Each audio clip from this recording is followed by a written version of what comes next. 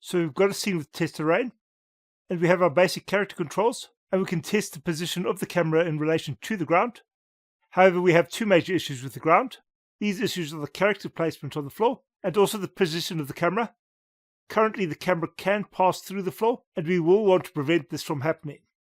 However, we can worry about the camera later. First, we'll worry about the player, and in this case, we have created a basic collision value where we detect the surface of the ground based off a position which is defined off the origin of the player. Now we want to move the root joint of the player to match this position. This, however, is not the only issue which we have. For example, if we look at the capsule version of the player, we'll see that when we start the animation, the capsule will rise off the ground and will continue moving upwards. So this is a problem with the physics. It's a problem with the capsule collider on the character. For the moment, I'm going to turn the capsule collider off.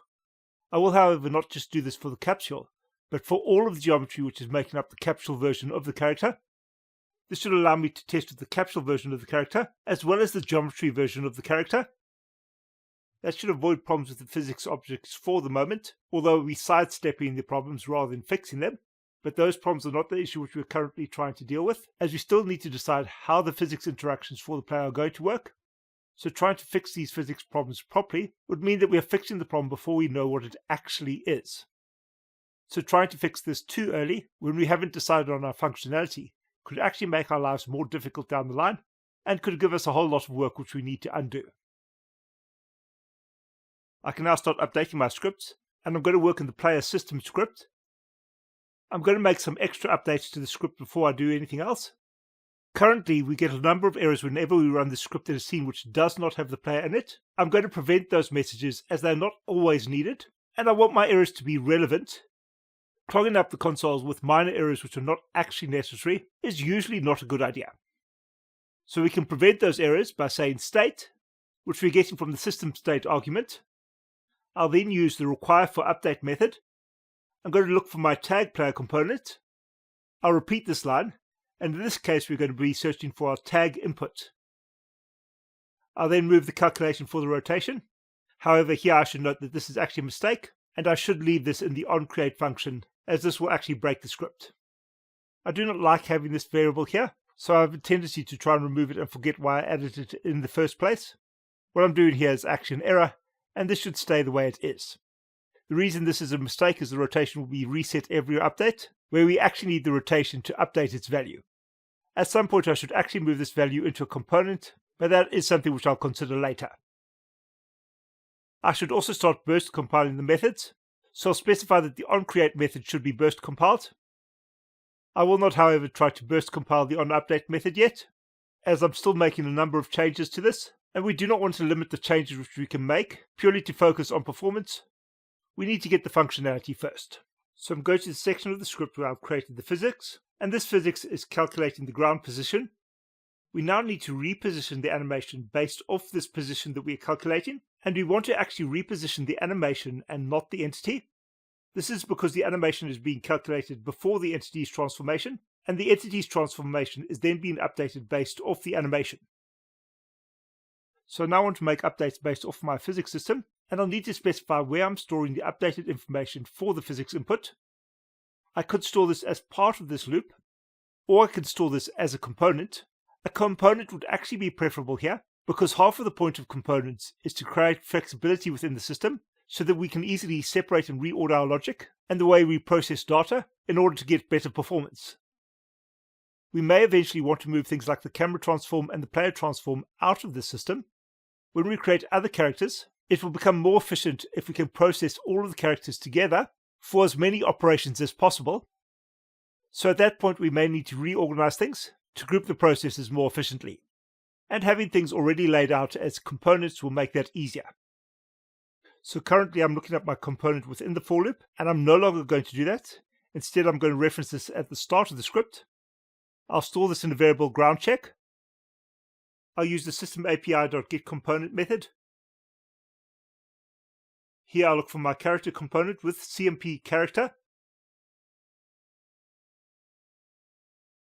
I'll then need to move my physics before my animation, as the physics will need to update the animation. So I'm going to add my physics singleton before the for loop. I'll then comment out the for loop for the physics. I'll place the 2 lines where I calculate the start and the end of my ray check at the end of my for loop for the animation. I'll also draw my debug geometry here. I will want to update the collision filter. However, this will be set before the for loop, as we do not currently need to update this for any of our entities, and the values should not change per character in any case. Here I'll update the filter on the entity as well. The raycast will be placed at the end of the for loop, after I've drawn my debug geometry. I'll then test for my hit, and after testing for the hit, I'll draw the sphere. Next, I'll update the current translation and rotation. These are currently being calculated before our physics.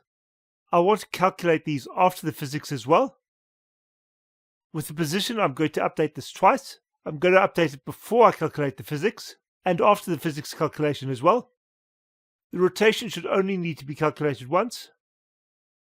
We can then update the current position, and here I'll update the position to groundcheck.hit.position. So now we're using the physics to get the position for the animation, and we're using this position to update the animation. I can then test, and this is not working. I've made a mistake where I'm adding components to the entity, where I haven't specified that my character component is coming from the player. I can then test again, and this is now running, but I still have no working collision. I've made a relatively simple mistake here. I'm updating my current transform, but this shouldn't actually change yet. Instead, I should actually be changing the transform on the animation, and to do this correctly, we'll have groundcheck.transform.position. So to do this correctly, we'll have transform.transform.position, and this will be set with groundcheck.hit.position. This means that I'm updating the animation and not the general transform. I can then return to Unity, and my character should now be moving along the ground. We do not have perfect foot placement, but that's a detail which we can deal with much later, as the overall collision is far more important and the overall animation and control of the player is far more important, as well as the overall movement for the enemies.